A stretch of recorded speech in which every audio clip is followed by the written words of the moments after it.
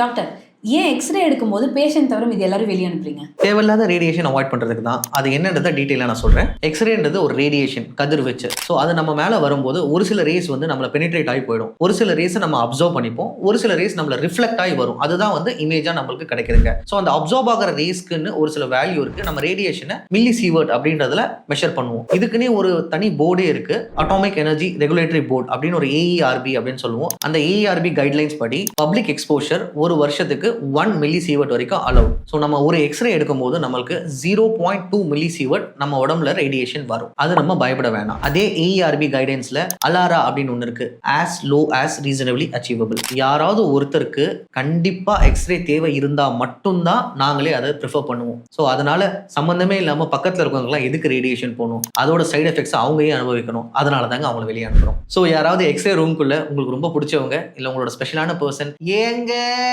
வாங்க அப்படின்னு கூப்பிட்டா ப்ளீஸ் கொஞ்சம் யோசிச்சு டிசைட் பண்ணுங்க. Be aware, take care.